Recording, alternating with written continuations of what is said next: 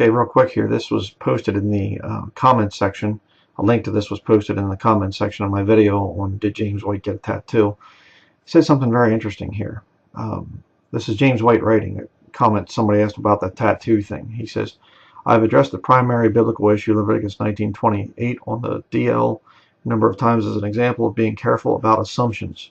Disputed, he gives the Hebrew word here and stuff like that. Parallel in 14:1, the real issue is it's for the dead. So in other words, it's okay to get tattoos.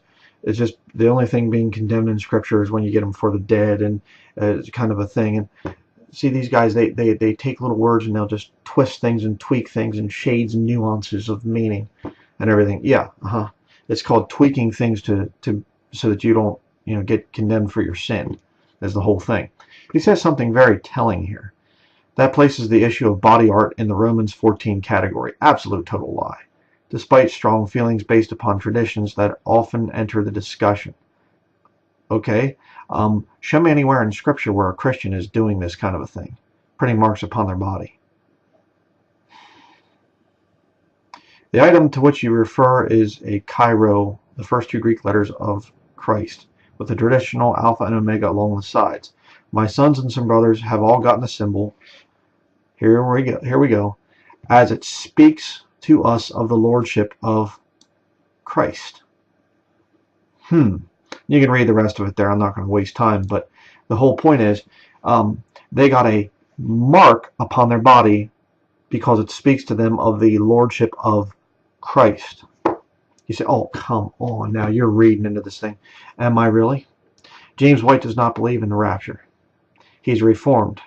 Reformed says, although there is no such thing as this coming time of Jacob's trouble and whatever else, they're post-millennial.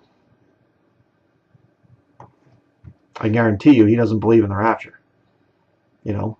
So he's gonna, if you'd say it, he would say probably that there's no time of Jacob's trouble. The Antichrist is symbolic or some kind of thing like Reformed theologians teach. It's symbolic of the Catholic Church or something like this. Stupid nonsense. But you see, what's happening is this man who's leading a lot of people away from fundamentalist circles and saying, oh, come listen to me, you don't need the King James Bible.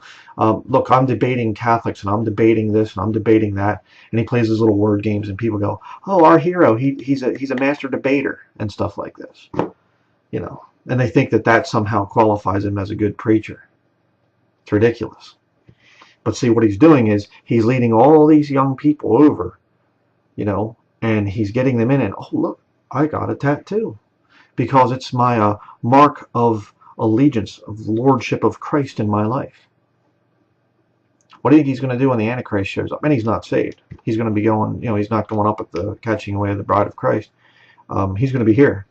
What do you think he's going to do when the Antichrist shows up, claiming to be, if I can get it out, claiming to be Jesus Christ? What do you think he's going to do? Upon the forehead? It's funny that he would put the PX on his, tattoo it on his arm, because the Catholic priests are the only ones that ever wore that. They'll wear it right there, PX. Very interesting.